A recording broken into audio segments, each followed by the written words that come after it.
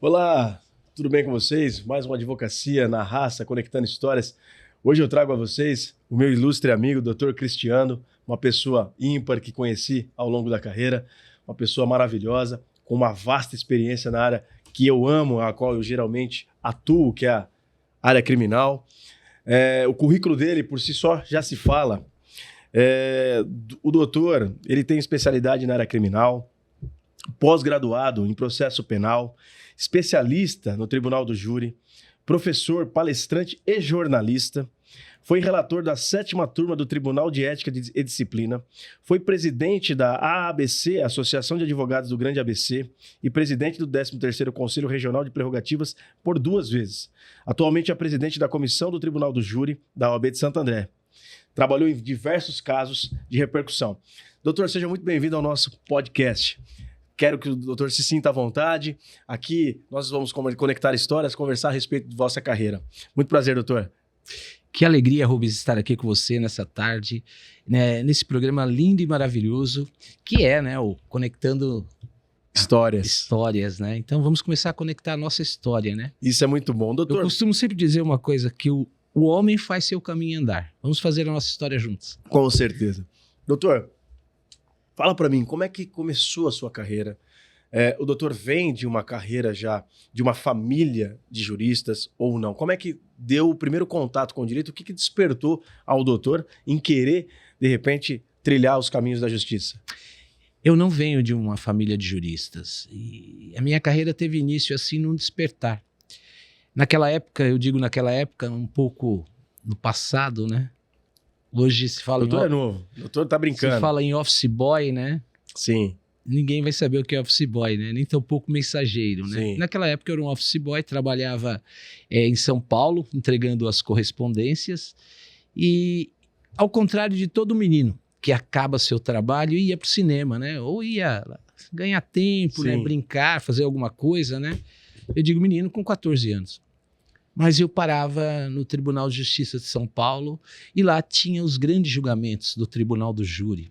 Aqueles homens de beca, todos de preto, né? O doutor fala o Tribunal de Justiça, lá do Estado de São Paulo, ali na Praça da Sé. Praça da Sé. Na Praça da Sé. Porque todos os julgamentos no passado eram feitos ali no Tribunal de Justiça. E aquilo me despertava, né? Aqueles homens, parecia tão distante, né? Falando tão bonito, fazendo a defesa, o advogado, né? Com aquela argumentação tão bonita. E aquilo foi me entusiasmando e foi ali que um dia, eu voltando para casa, eu cheguei e falei para minha mãe, eu vou ser advogado. Olha que coisa maravilhosa. Então, de uma situação que antigamente, office boy, para quem não sabe, sou da mesma época que o doutor, também trabalhei de office boy ali pelo centro de São Paulo. Office boy era um garoto, à época de 12, 13 anos, que podia se trabalhar. É verdade. Na minha concepção é onde se formava caráter. Exatamente. Naquela época. Passeando, perambulando ali pelo estado de São Paulo, pela Praça João Mendes e Praça da Sé, se deparou com o Tribunal de Justiça. E aí, chegando em casa, falou para a mamãe, vou ser advogado. Em falar em ser advogado e trilhar o caminho, como é que se deu essa trajetória? Eu acho que tudo nasce com um sonho. Eu acho que naquele momento eu recebi esse sonho, né? Eu recebi esse sonho. E dali eu comecei a gestar este sonho, a construir este sonho, e trazendo a cada dia esse sonho à realidade. Geralmente, quando você gosta de algo e você se interessa por aquilo, você começa a perseguir, né? Sim. Então, se você gosta do azul, se identifica com o azul, a sua vida, você vai procurar o azul. Seja o azul escuro ou o azul claro, né? E assim foi.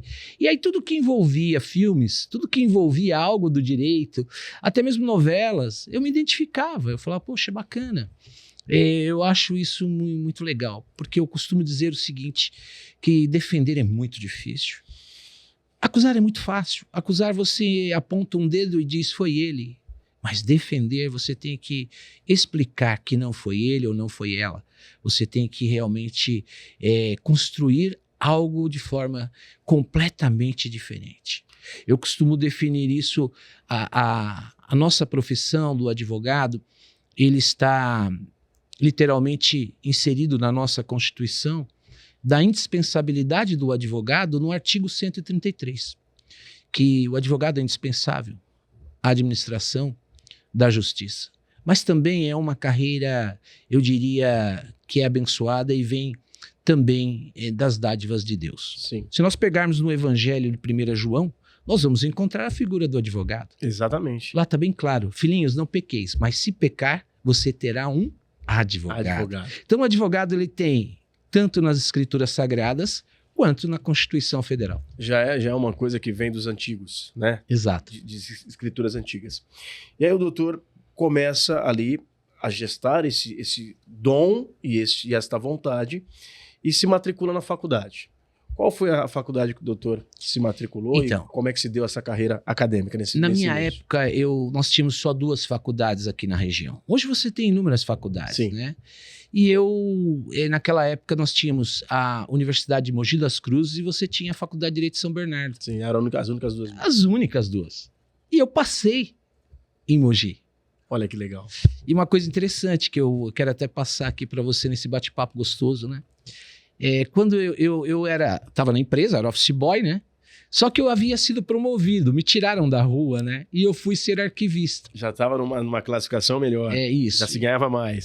Aí eu estava na empresa, já estava auxiliar de escritório, tinha toda uma carreira. E eu havia ali completado os meus 18 anos de idade. E eu me lembro quando eu disse que passei na faculdade para o meu chefe, eu trabalhava na contabilidade na época, eu falei para ele e falei, olha, eu vou ser advogado. Aí ele falou, você tá brincando, né? Desse jeito. Ele falou, e aonde você vai estudar? Eu falei, vou estudar em Mogi, na Universidade de Mogi das Cruzes. Aí ele falou assim, eu não te dou 3 meses para você abandonar essa faculdade. Aí eu virei para ele e disse assim, eu não vou abandonar a faculdade e um dia ainda serei seu advogado.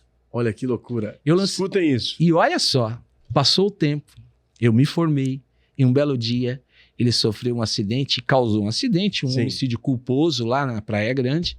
E quem que ele procura? O doutor. O doutor Antônio Carlos Cristiano. Olha que história magnífica, por isso que eu falo que as histórias elas se conectam com algum princípio, né? Então lá atrás, doutor office boy, depois promovido a estoquista, auxiliar de escritório. A quem não sabe o que era a profissão de auxiliar de escritório, era praticamente um auxiliar administrativo hoje, só que com uma diferença, não tinha telas de computador nem microcomputadores, Não. Era máquina de escrever. Máquina de escrever. Né? Onde você salvava o documento no próprio sulfite, se esquecesse não teria como resolver o problema. Exatamente. E aí foi desafiado pelo próprio chefe dele, que o desacreditou, dizendo, olha, não dou 3 meses para que você possa vir a pedir e retornar ao trabalho. E depois pagou os honorários do doutor para que o defendesse. E isso é importante, porque às vezes todas as pessoas elas são desacreditadas em algum momento. Por pessoas que talvez não tiveram um sonho mais avassalador para se conquistar algo, e aí eles entendem que as outras pessoas também não têm conexão com essa situação. Isso é interessante. Eu tenho uma frase que eu sempre digo. O momento não define a sua trajetória. Então, muitas vezes você tem um momento difícil na sua carreira, na sua vida, em qualquer momento. Esse momento não pode ser a definição dos seus sonhos e da sua trajetória. Com certeza. Ao contrário, eu acho que o momento difícil, especialmente na nossa carreira que nós estamos falando, ou seja, a carreira que almejamos, você vai ter decepções, vai ter dificuldade. Porque todo início é difícil. Porque se não for difícil, não será início e também não será carreira. Exatamente. O doutor se forma. Quando foi que o doutor prestou a ordem? Qual foi a época que o doutor prestou a ordem? A ordem foi interessante porque quando eu estava colando o grau, eu já tinha passado na ordem dos advogados. Então entenda, o doutor é uma pessoa diferenciada. São poucas as pessoas que conseguem isso até hoje em dia. Tá? Porque a gente sabe que a prova da ordem é uma prova extremamente difícil, muito bem elaborada pelas pessoas que ali redigem a prova, e é muito complexa para se prestar o exame de ordem. E aquela época, um minuto, doutor, só para lhe interrompendo, não tinha as informações que tem hoje. Ali era na raça. Você tinha o escrito e tinha a banca oral. Exatamente. Essa é a diferença. Essa é a diferença. Você sentava, chegava lá, tremendo, sentava numa cadeira pequenininha, numa mesinha bem pequenininha, e você tinha ali os grandes advogados nas áreas cíveis, criminal e trabalhista. E o doutor é advogado, eu digo hoje, eu posso até, de repente, ser mal interpretado pelo que eu vou falar hoje, mas hoje tem uma quantidade de advogados absurdamente sem qualidade e sem qualificação para o que exerce. Eu entendo dessa forma. E a época que o doutor se formou, era uma coisa muito mais difícil, muito mais elaborada, né? Então, só o fato de você prestar exame de ordem oralmente já era um absurdo, né? E aí o doutor presta o exame de ordem, começa ali a sua carreira. Começo a minha carreira de advogado. E é interessante como ela começa. Meu pai, meu falecido pai, ele não tinha posses, era um enfermeiro de profissão. Depois ele, na vida dele, com muito esforço, chegou a ser vereador da cidade de Diadema por 3 mandatos. Mas naquele início, ele tinha um contato com um médico. E eu não tinha condições de bancar um aluguel de um escritório, Sim. pagar telefone, pagar secretária. E ele chegou para esse médico, aquele médico ele tinha um consultório na cidade de Diadema na época. E só atendia de segunda e quartas-feiras no final da tarde. E aí ele chegou, doutor, o senhor não pode permitir que meu filho atenda aqui no seu consultório? Olha que legal. legal. Está começando a carreira. E aí ele falou, não, tudo bem, fica à vontade. Olha, eu tenho até aí a minha secretária, uso o telefone. Mas uma coisa realmente que foi assim completamente fora da curva. Porque eu sentado naquela mesinha de médico, uma maca atrás de mim, porque todo consultório tem uma maca, uma balança. E aí as pessoas chegavam e olhavam assim, com os olhos arregalados, Sim. né? Médico doutor ou advogado. Exato. Né? Médico ou advogado. Mas, na verdade, eu acho que isso tudo é aquilo que eu dizia, era um começo, uma trajetória. E eu me lembro nessa trajetória, era um pequeno prédio na cidade, no centro da cidade de Diadema. E o que eu fazia? Eu havia falado que meu pai não tinha tantas posses, estava numa situação muito difícil na época. Vou falar outra coisa que talvez as pessoas não entendam isso. E eu fui num bazar da Pichincha. Hoje não tem mais bazar da Pichincha. Bazar da Pichincha é aquele que vende coisas usadas, né? Sim. Hoje as coisas usadas estão muito mais caras, tem marca, tem moda, tem selo de qualidade. E eu fui. E eu consegui adquirir uma gravata hoje como se fosse por 50 centavos. Foi minha primeira gravata. Que legal. Que eu, né, peguei e ficava com essa gravata. Só que eu fiz cartões xerox com o meu nome, advogado, Antônio Carlos Cristiano, e ficava na porta do prédio. E todo mundo que chegava, eu abordava ali. O senhor tá precisando de um advogado? Ó, tem um advogado aqui no prédio. Olha como isso é interessante, né? Que a gente fala das histórias, né? Que é conectar histórias.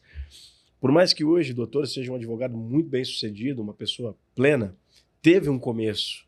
E um começo difícil, um começo delicado, aonde creio eu e acredito, o doutor pode me corrigir, que teve alguns momentos que falou, nossa, será que eu fiz a escolha certa? Será que eu estou no caminho certo? Será que eu vou me dar bem com isso? Foi basicamente isso, doutor? Sim, em determinado momento você realmente faz essa pergunta mesmo. Eu estou no caminho certo? Parece que está tão distante. Sim. Mas apesar de ter estas perguntas dentro de mim, algo também dentro de mim dizia, você está no caminho certo. Você tem que continuar, você tem que perseverar. E foi aí que eu perseverei. Né? Perseverei para que eu pudesse chegar. Porque aquele sonho que eu tive lá atrás, eu falei, eu sou capaz. Né? Então, algo que quando você tem um sonho, e esse sonho, principalmente é uma dica que eu vou dar, tá? Quando você sonha, esse sonho te provoca muito, esse sonho te traz um desejo, esse sonho te traz expectativas, esse sonho não sai da sua cabeça. Continue nesse sonho, persevere por esse sonho e busque, porque com certeza ele vai se tornar uma realidade. O sonho é como se fosse, ao meu consentimento, a minha visão, ele é como se fosse uma mola propulsora. Ele é que vai propiciar você a acreditar naquilo que não vê.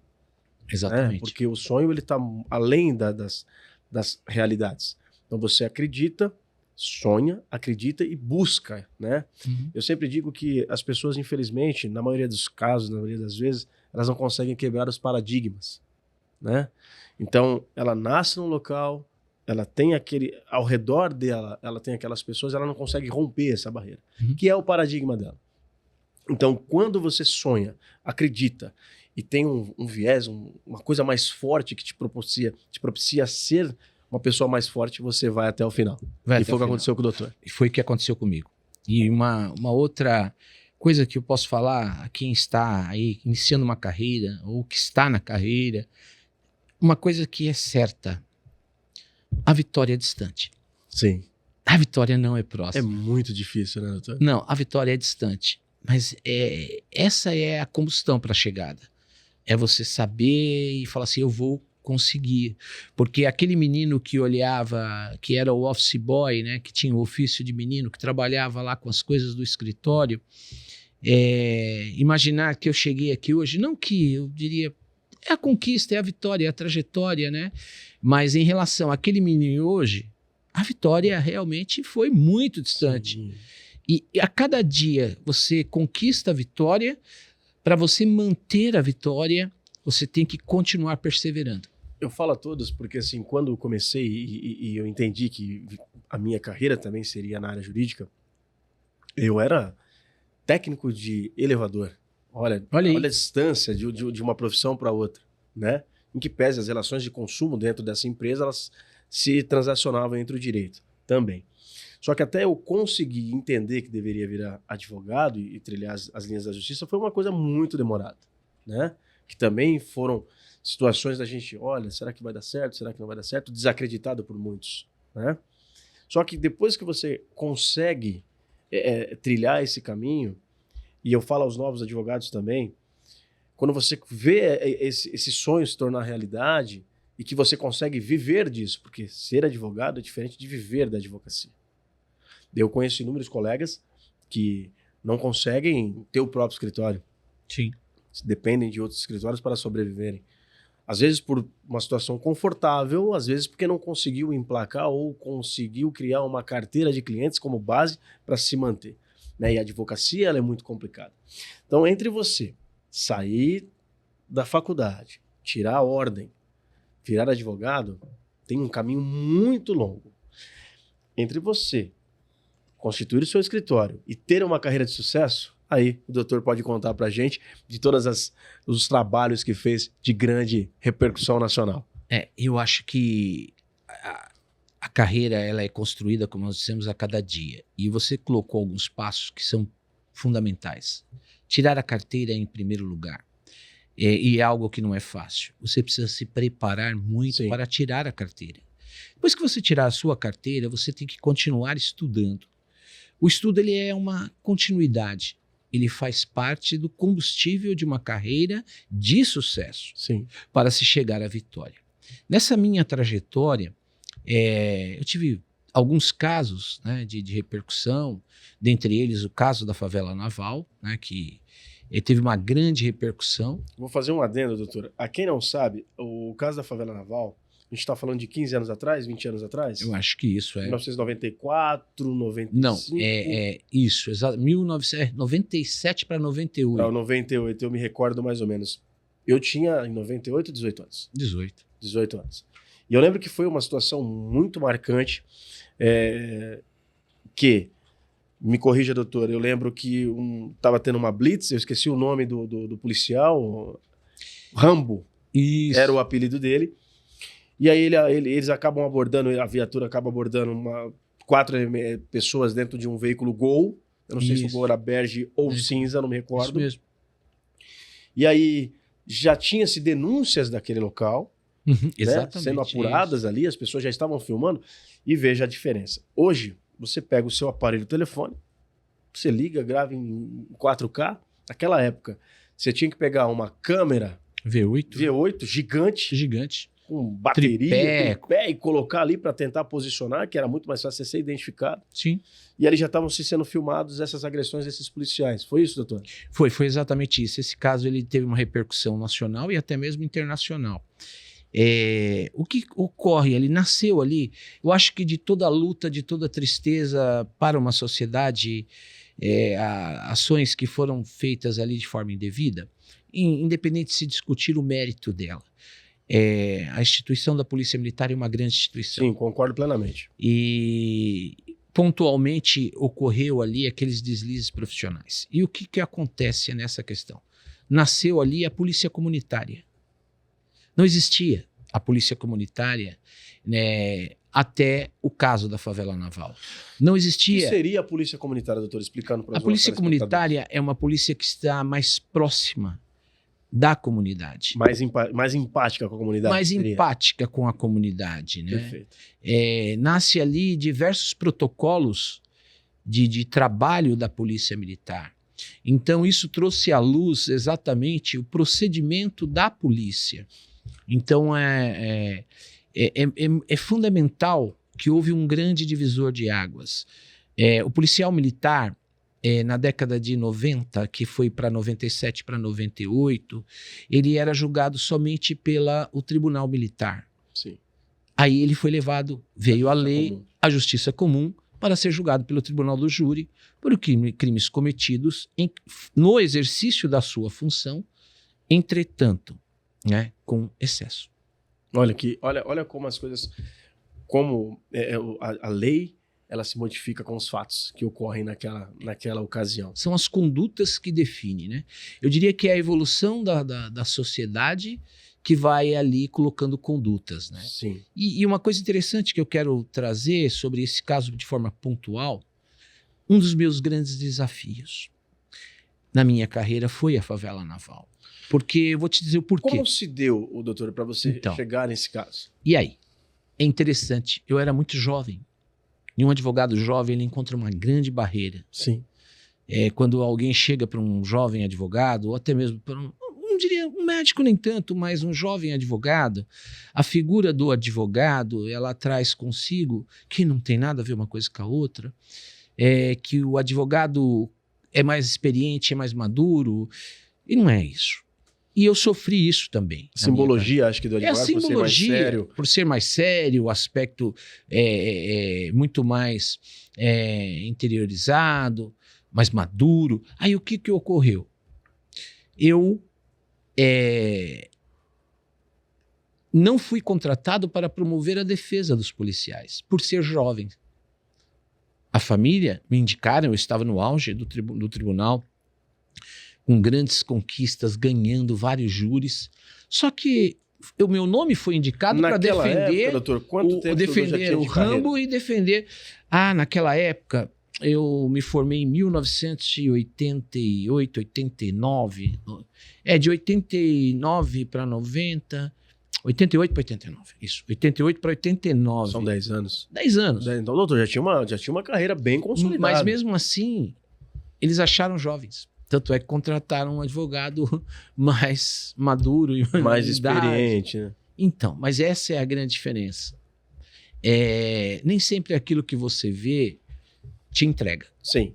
Né? Isso que o doutor está falando é a perfeita realidade. Né? Às vezes você define uma determinada situação pelos teus olhos, né? Sim. E você precisa ser muito mais apurado, né? E o que ocorreu?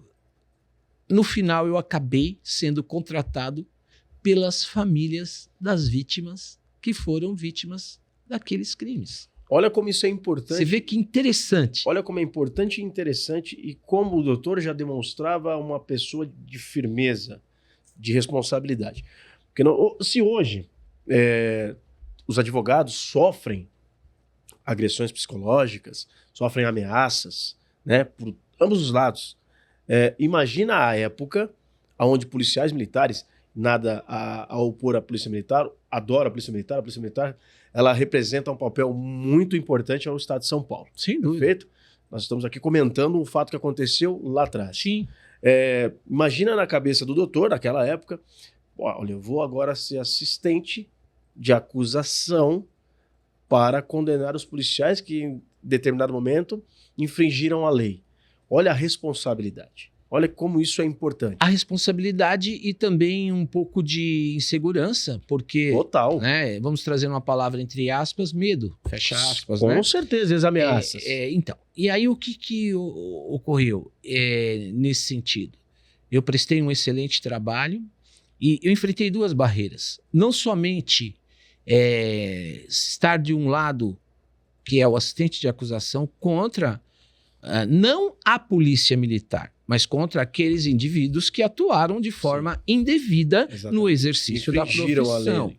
Entretanto, quem não conhecia o caso trazia várias definições.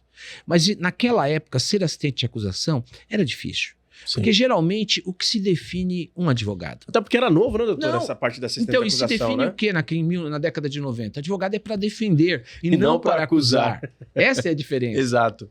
E o advogado, ele defende direitos constitucionais. São direitos que são lhe colocados nas suas mãos. Sim. Então, isso é muito interessante. Então, eu encontrei, até mesmo internamente, hoje não. Hoje você ser um assistente de acusação... Normal. É normal, mas não na década de 90. E digo mais, doutor. Na década de 90 era diferente. Hoje você sendo assistente de acusação, às vezes você trabalha mais que o promotor. Sim. Porque hoje você tem acesso. Né? Às vezes você dá a direção, o caminho, olha, aqui. E isso que você está dizendo é ser um advogado, você parece que muitas pessoas confundem. O que é mais importante? Ser advogado, juiz ou um promotor ou um delegado? Não existe. Sim. A importância, o advogado tem muito poder. A polícia, ela tem circunscrição. O juiz tem a sua jurisdição, tem a sua circunscrição. O advogado não. E o advogado, ele tem, porque é engraçado, né? Você percebe que ninguém critica um juiz ou um promotor. Geralmente vão se falar o quê? Sempre do advogado. Também pegou um bom advogado, né? Essa é a frase. Essa é a frase. Né? Bom, também tinha dinheiro para contratar um advogado. Então, tudo se define no poder de um advogado. Exatamente. Eu falo que a nossa profissão ela é muito magnífica. Ela é magnífica. É que se deu durante um período, né, dessas transições, aonde se valorizava muito a carreira pública. Exatamente. Não que a carreira pública ela é maravilhosa, que ser juiz, eu creio que a magistratura é magnífica. Sim, não mas é o que o doutor disse. Ela está nas 4 linhas. Ela está nas 4 linhas e eu sempre defino a advocacia que você tem nas suas mãos vida. Sim. Né? Principalmente o advogado criminalista, né? Os advogados. Você tem vidas disponibilizadas nas suas mãos. Você tem bens, você tem história, você tem uma família que está ali. Eu defino da seguinte forma. Vida e liberdade são almas gêmeas que se acompanham. Sim. Se tirarmos a liberdade de um homem de forma indevida, estaremos tirando sua própria vida. Exato. Então as duas coisas caminham juntas. Então eu sempre também trago a seguinte definição. Da importância de um médico, ela é indispensável. Mas quando você vai a um hospital e você perde um ente querido, ou uma pessoa que é muito próxima de você, e aí o médico vem e fala, olha, infelizmente, né, não tínhamos mais o que fazer. Você pega e diz da seguinte forma, você tem uma frase, foi Deus que quis assim, não é? Sim. E você pega e vai ali enterrar aquela pessoa. O advogado não. O advogado, você perde um processo. Você está errado. Ele fala assim, eu te falei para você não contratar esse advogado. Eles buscam, a realidade eles buscam um culpado. É um culpado. Eles não querem saber o que se desenvolveu naquele processo. Exatamente. Você entrega para um advogado, para o profissional, e é bem assim. E você vai comer a sua pizza e naquele bate-papo alguém te pergunta, como é que está aquele seu problema? E você vai responder, deixei com o meu advogado. Exato. Exatamente assim isso. Que funciona. E o que o doutor falou é muito interessante quando a gente fala de liberdade e alma, né? Porque quando você tira a liberdade de alguém, você praticamente assassina aquela pessoa. Né? Você tira de forma indevida, aí sim se gera-se um problema, um trauma muito grande, porque você não está lidando só com aquela vida. Exatamente. Você está lidando com o que vem por trás daquela vida, ou seja, o pai, a mãe, a esposa, família, né? a família, os filhos, os entes, os parentes queridos. Isso é muito complexo para a nossa relação. E o que nós... E as pessoas, o Brasil está evoluindo, e a nossa democracia, eu sempre digo isso, ela é jovem, ela está em evolução, e até em termos de da informação. Sim. Hoje você tem uma informação muito rápida, você tem informações precisas, você sabe o que são qualificadoras, você entra no Google, você sabe. Que antigamente não tinha isso. E o importante não é que as pessoas definem... o advogado, ele defende por defender. Não, você defende os direitos. Você tem que buscar uma aplicação de uma pena justa e correta. Sim. Né? Então, isso é a questão. Por isso que eu atribuo a isso. Quando a questão, todas as defesas que um advogado faz, ele está embasado num princípio constitucional e no devido processo legal. Perfeitamente. O que é isso? Nas leis que você falava isso agora há pouco, que são as condutas que são definidas pelo tipo legal. Exatamente. Então, você não faz nenhuma mágica, você não muda a lei, você apenas requer. Quem aplica a lei é o juiz. O advogado, ele requer a aplicação da lei. Exatamente. E se você promove a defesa dele e consegue a absolvição, isso não é culpa do advogado. Geralmente eu falo para todos, né? Porque assim, vai muito de quem está interpretando, né? Então, se A queria condenação e o advogado consegue a absolvição, nossa, mas você faz isso, faz aquilo. Não, nós trabalhamos em cima da lei. É a lei. Você e hoje em dia, com a parte investigativa de um bom advogado criminalista que vai a campo, que procura, que cria ferramentas para que isso aconteça. Há pouco tempo atrás eu tive até uma breve embate com uma funcionária minha, uma colaboradora minha, onde eu disse a ela, temos que ir a campo, precisamos ir a campo para investigar, para poder trazer elementos para que a nossa defesa fique muito forte. E aí eu me recordo, ela falou, mas eu não sou policial, não prestei concurso. E aí eu disse a ela, veja, era uma pessoa nova, muito talentosa, diga-se de passagem. Eu falei, falta a você experiência. Pega a lei. Lê a lei. Aí eu peguei um vídeo de um juiz federal falando, eu não me recordo o nome dele agora, e ele cita muito bem, ele falou, a partir do momento que o advogado conseguiu interpretar que a parte investigativa lá atrás é muito importante, ele está com 60% do processo ganho, se ele for competente e inteligente. E aí eu mostrei isso a ela. Por quê? Porque hoje a gente consegue fazer isso. Sim. Então quando você tem um time bem entrosado, um pessoal bem calibrado, dificilmente você perde. E se perde com uma decisão menor. Porém, tudo através de uma hermenêutica jurídica. E hoje o processo investigativo, o advogado criminalista, ele tem que ser exatamente isso.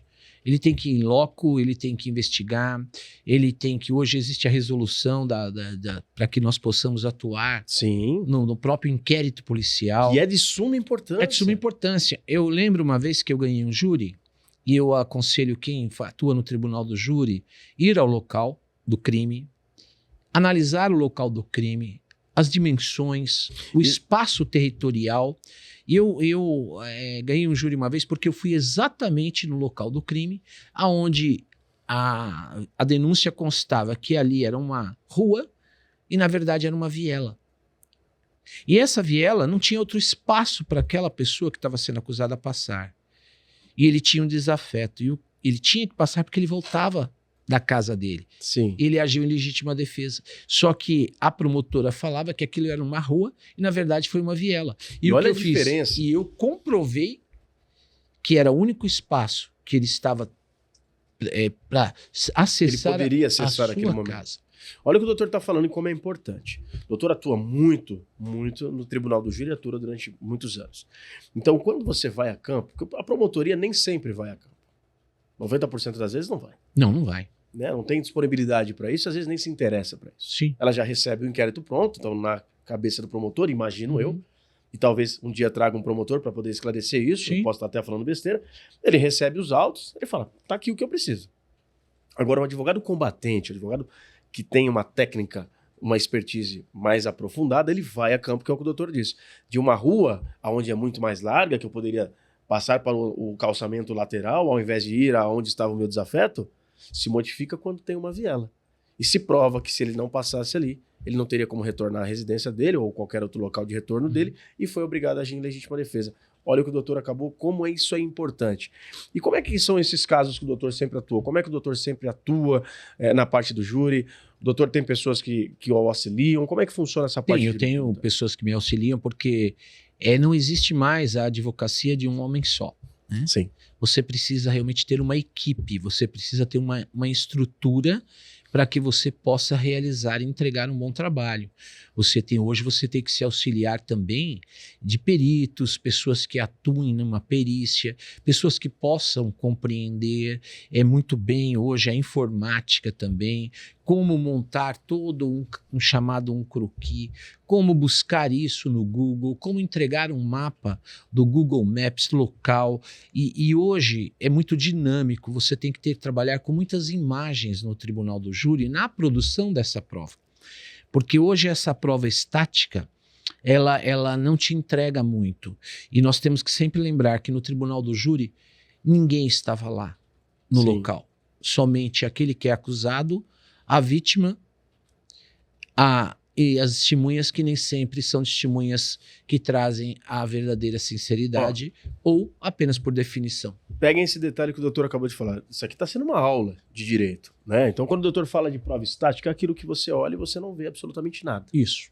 Para o leigo, que é quem vai fazer a tribuna, ou seja, são os jurados, hoje eles são muito dinâmicos. Eles olham, assistem muito YouTube, todo mundo tem um smartphone na mão, então tudo ali é muito rápido, a informação chega muito rápido. Quando você tem um processo estático, ele não consegue absorver aquilo que você está passando. Porque se torna cansativo, chato. Quando você vem com provas, com vídeos, com demonstrações a campo, às vezes com um croquis até eletrônico, que se monta ali um 3D, né, dentro do tribunal, demonstrando 3D. Olha a lógica do carro. Por exemplo, se foi um capotamento, um acidente, a frenagem, o risco da frenagem, houve a frenagem, qual que foi a força G que foi aplicada.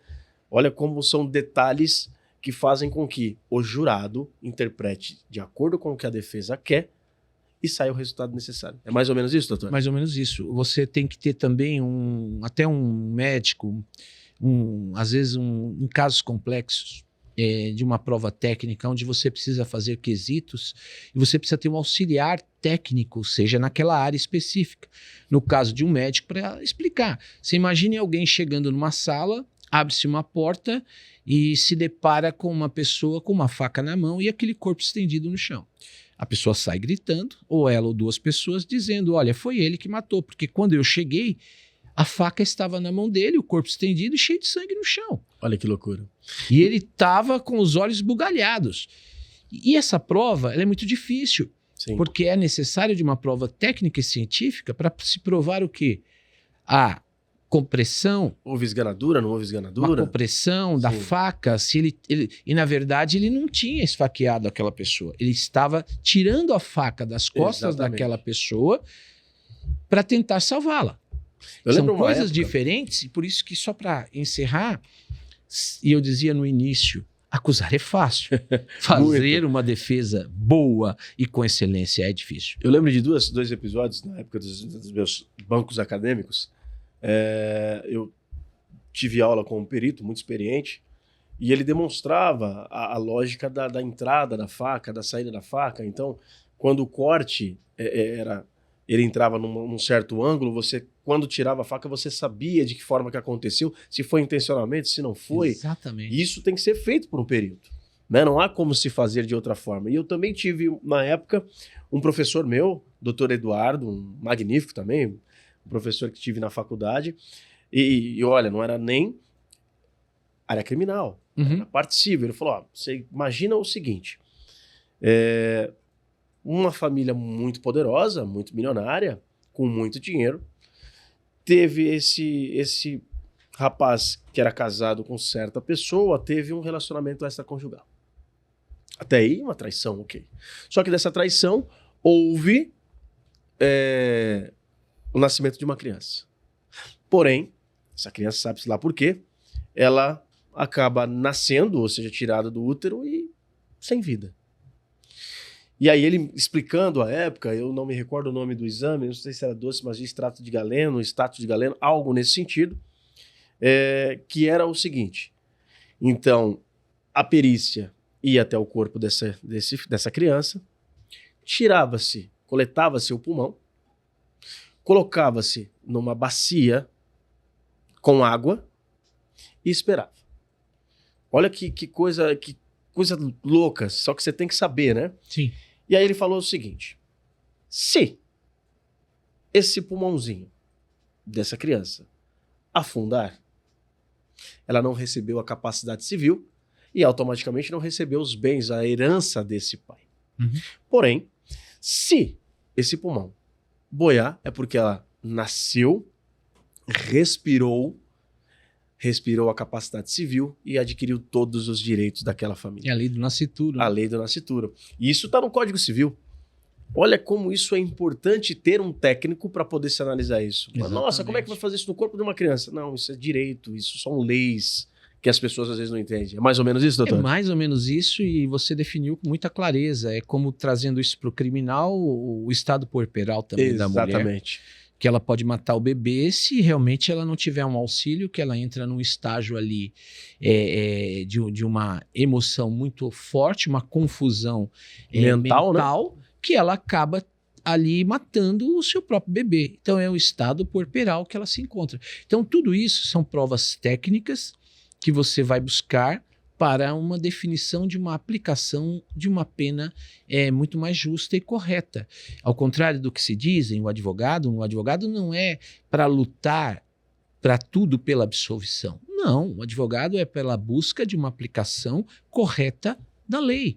Justa, né? O que não se pode é passar um dia ou um segundo além daquilo que foi apenado, aquela pessoa que cometeu o crime. Porque nós não vivemos mais na lei de Talião, né? Olho por olho, dente por dente. Essa é a grande definição. E as pessoas às vezes não entendem isso, né? Porque o nosso papel é exatamente o que o doutor acabou de falar com clareza. Nem sempre é absolver. Sim. Minimizar a dor, fazer com que a aplicação da lei penal ela seja justa, dentro dos termos que a lei exige. Porque a gente sabe de situações que são muito exacerbadas, Sim. Onde o juiz, o magistrado, sabe-se por que ele aplica uma quantidade de pena que às vezes não se é tão necessária. E isso que você diz é perfeito. Então você tem que sempre buscar a justiça. Você faz um juramento pela busca da justiça. Sim. Você não faz um juramento pela busca da absolvição. O juramento é pela busca Exatamente isso. da justiça. Esse é o nosso juramento. E eu acho isso muito interessante. Mas o que eu queria trazer aqui, eu acho para quem está nos ouvindo, que, como eu dizia do início, advogar é muito difícil, não é fácil, requer algumas qualidades. Uma delas é a coragem. A coragem, não aquela coragem desequilibrada, não, é uma coragem com determinação, com estudo, com qualificação, Sim.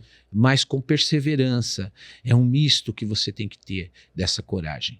Se nós pegarmos a história da defesa, nós chegamos em Roma antiga, aonde se escolhia nas assembleias mistas populares o mais corajoso para defender e o mais corajoso para se acusar. Então, promover justiça precisa de coragem. E o interessante dessa história de Roma Antiga, se você me permite, muito rápido. Com certeza, doutor. É interessante, porque aquela época, aquele advogado que teve coragem para ir em praça pública para defender o réu, que se chama, naquela época, res, que era coisa. Sim. Né? Então era aquela coisa terrível que era julgado em praça pública, tinha uma coisa interessante, ele ainda tinha uma chance, se aquele réu fosse condenado, o resto, a coisa que ele defendeu. Existia uma pedra chamada Tarpeia, e lá de cima dessa pedra se jogava o advogado, se precipitava ele lá de cima, e conta a história, reza a história, se os deuses romanos viessem e amparassem aquele advogado, sustentasse, a tese dele estava com a razão. Olha que loucura. O doutor é uma enciclopédia viva. E é muito interessante. E aí o doutor, depois, com essa vasta concepção do direito, essa vasta experiência, se aventura ali, começa a se aventurar nos campos jurídicos no sentido de ensinar. Se torna professor. Sim, eu dei aula na UniABC, né, de processo penal e até direito penal na época. A minha universidade, doutor, foi a UniABC. Ah, foi a UniABC? Foi a UniABC. Que bacana. Foi a UniABC. Eu lembro que eu entrei na UniABC em 2002. 2002. Não, eu... Bem na hora que estava se começando, se instaurando o Código Civil.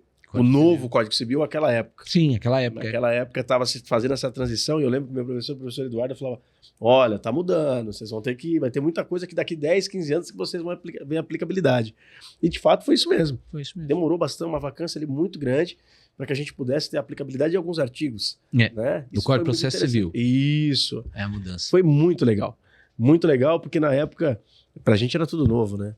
E ali eu fiquei até 2008, acho que foi isso.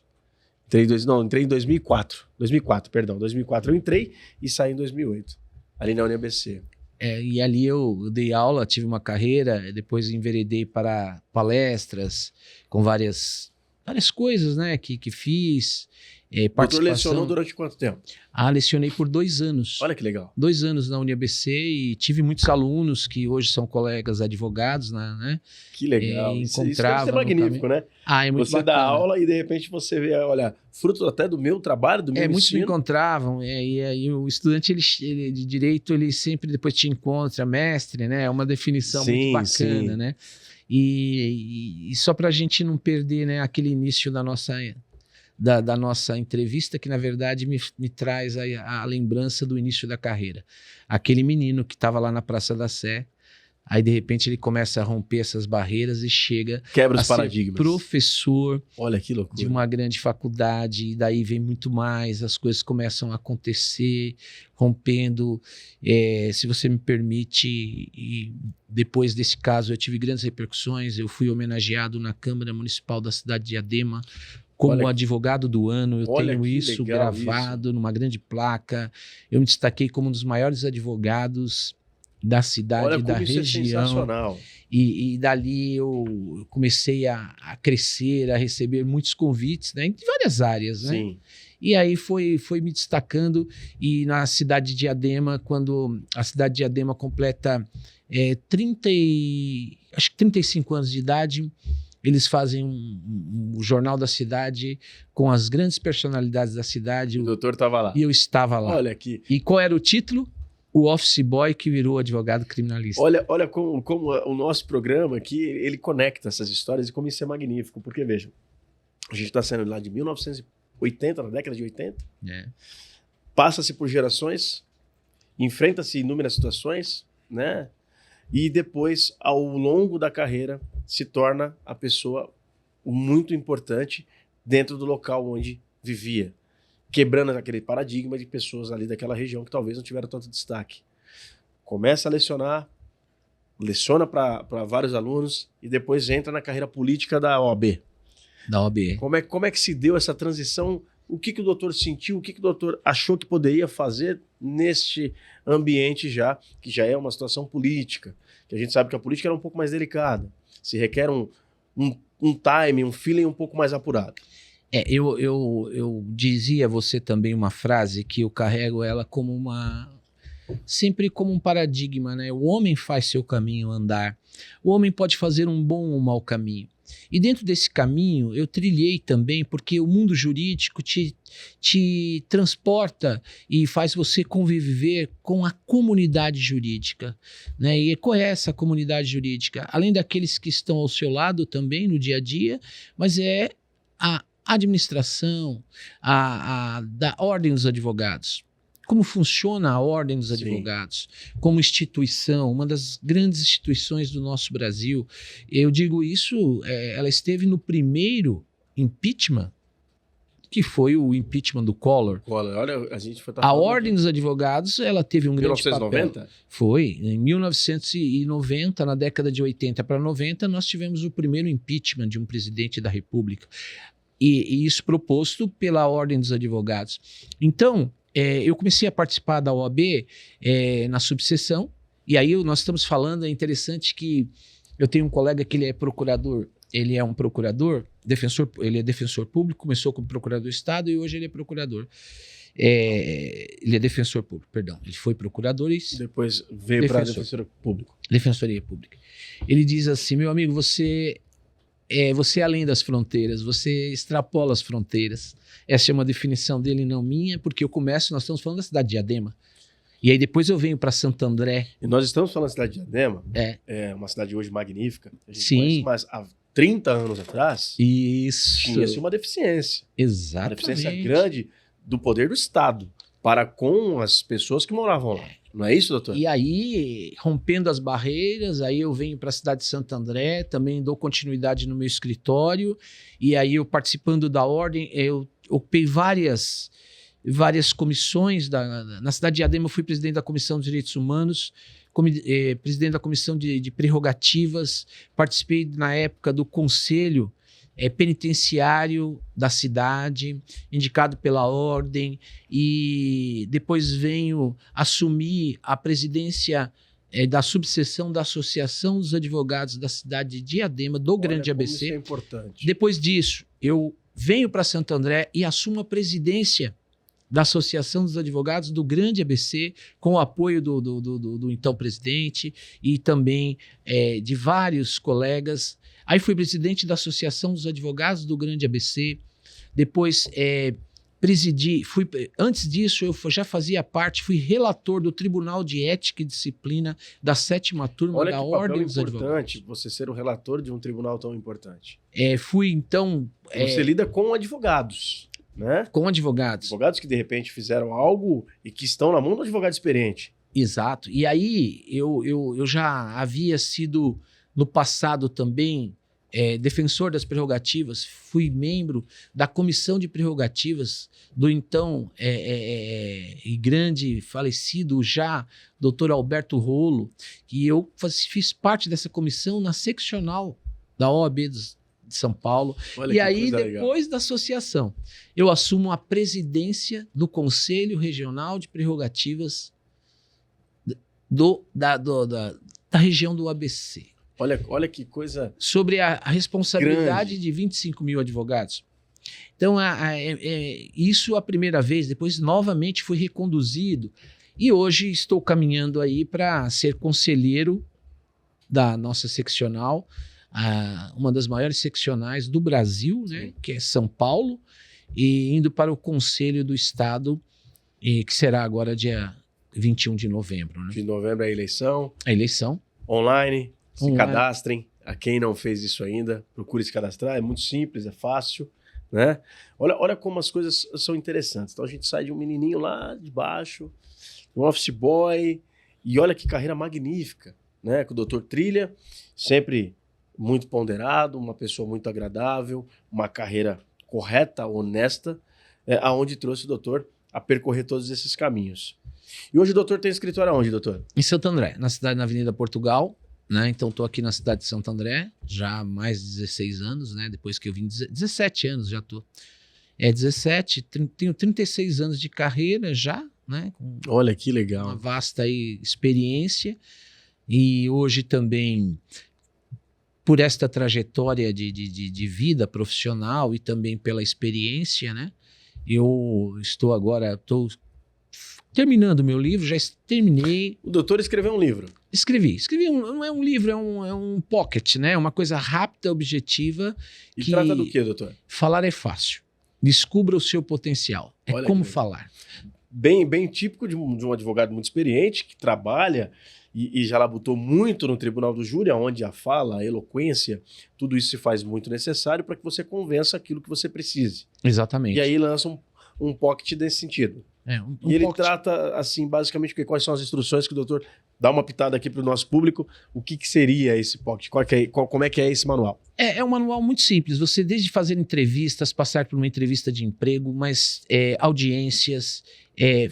A fala, ela é muito importante, mas não somente a fala. Você entrega muita coisa também nas suas expressões. Sim. Então, a expressão, eu diria, eu trago, inclusive faço essa citação no meu livro, em 2 oportunidades, que Winston Churchill, na Segunda Guerra Mundial, ele lançou ali um símbolo, que é o V de Vitória. E toda a Inglaterra, naquela época, começou com o V de Vitória, e aquilo pegou. E ninguém se falava nada e entendia. Vamos para a vitória. e vamos ganhar dos alemães. Isso é interessante. E na expressão, ela funciona dessa forma. Muitas vezes você não precisa falar nada, basta apenas você saber se expressar. Sim. A sua postura te entrega, a sua expressão entrega. Se nós pegarmos uma época muito interessante também, é a época do cinema mudo, né? Charles Spencer Chaplin. Nada se falava. Foi um ator magnífico, monstro. Diretor, cineasta, ator. O cinema mudo, nada se falava e tudo se entendia. E isso é muito da nossa profissão, né? Porque o nosso visual, a forma que a gente se porta, a forma que conversamos, a forma que se colocamos em determinados locais, isso traduz muito aquilo que você quer. E uma coisa que é interessante dentro desse aspecto, você muitas vezes, eu ensino como você avaliar o ambiente que você está, a plateia que você vai falar, né? Eu tenho até uma definição, se você vai conversar com crianças, você tem que estar à altura da criança. E como estar à altura de uma criança? Sentar. Exatamente. Você tem que sentar para conversar com crianças. Você não pode ficar no alto. Você tem que ficar igual a ela. E é da mesma forma naquela plateia. E o advogado, ele é muito solicitado, até em festas Sim.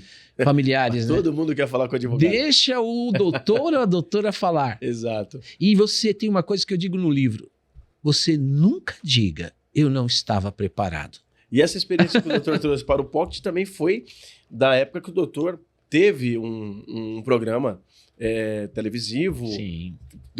Doutor, além de toda essa carreira magnífica que vocês estão vendo e ouvindo, ele também ali passeou durante um bom período em algumas emissoras de rádio e televisão. Sim. Conta pra gente, doutor, como é que se deu essa transição? Aliás, no livro eu falo sobre isso. Eu ensino a falar em 3 minutos. Olha que coisa. Isso é magnífico. Eu vou te dar uma dica que está no livro. Como falar em 3 minutos. 3 minutos em uma televisão é uma eternidade. E é caro esses 3 minutos. É caro. 3 minutos numa televisão, você fala, meu Deus, eu só tenho 3 minutos para falar, não. E eu participei do programa na Band, e na Band tinha um programa que era Quem Tem Razão. E nós tínhamos 2 minutos para apresentar a tese principal e 3 para encerrar. É muito tempo. Tem que ter um poder de síntese absurdo. E aí, isso no livro também eu ensino. Só Olha que legal. eu já estou dando uma dica aqui, né? Quer aprender a falar em 3 minutos? É o micro-ondas. Coloque um copo de água no micro-ondas, aperte 3 minutos, faça a sua apresentação, fale quem é você, a sua tese e encerre com a sua conclusão. Sabe o que vai acontecer? Vai sobrar tempo. Olha que legal. É assim que funciona. Essa é a experiência. Como falar em 3 minutos. Como falar em 3 minutos. Doutor, eu quero agradecer. Estamos chegando ao final do nosso podcast. Essa entrevista maravilhosa, gostosa. Aqui o nosso podcast ele tem esse intuito de trazer pessoas agradáveis, pessoas que conectam as histórias. O doutor aqui, magnífico, começou lá em 1980, veio perseguindo, chegou a ser esse exemplo de ser humano, pai de família, onde tem um escritório constituído. Doutor, fale do seu escritório também, se tem página no Facebook, no Instagram, faça com que eles cheguem até o senhor, até o doutor, porque isso é muito importante. Eu estou no Instagram, né? Dr_Cristiano, né? Antônio Carlos Cristiano também vai me achar de uma forma muito tranquila, né? E o site, não tenho mais o site, né? Estou com o Instagram mesmo. Estou com a Cristiano Sociedade de Advogados. Advogados. Então, isso é a definição. E tem uma equipe que está comigo lá, né? Cuidando de várias áreas, e a gente está aí tocando, né? E o dia a dia, e não podemos parar. Doutor, né? Deixa seu telefone para eles também. Se precisarem entrar em contato com o doutor, pode falar no ar, se achar que é necessário. Sim, é o 11 947 79 9573. Perfeito. Eu quero, é óbvio, agradecer a você, Rubens, por esse bate-papo maravilhoso, né? Eu agradeço a gentileza, porque a gente sabe que nós, advogados, não temos tanto tempo. Então, quando eu faço o convite e eu recebo um sim, a alegria é minha de poder trazê-lo aqui para poder mostrar a tua história, porque o doutor que está trazendo a história, é o doutor que está fazendo com que o nosso programa fique ainda mais lindo, mais bonito. E essas histórias são verdadeiras. Aqui não tem nada de fake news, aqui não tem nada. Para vocês entenderem como é que funciona o nosso podcast, não tem pauta. Ontem eu liguei para o doutor, me fala o seu currículo. Aí o doutor me veio com 7 páginas. Eu falei, doutor, eu vou ter que diminuir. Eu vou diminuir para uma só. Senão, até terminar, eu ler o currículo do doutor, vai terminar o podcast. Mas, doutor, agradeço demais. o doutor ter vindo aqui. Muito gentil de ter vindo aqui. Espero trazer o doutor outras vezes aqui. Para mim foi uma grande alegria. Obrigado, doutor. Até mais.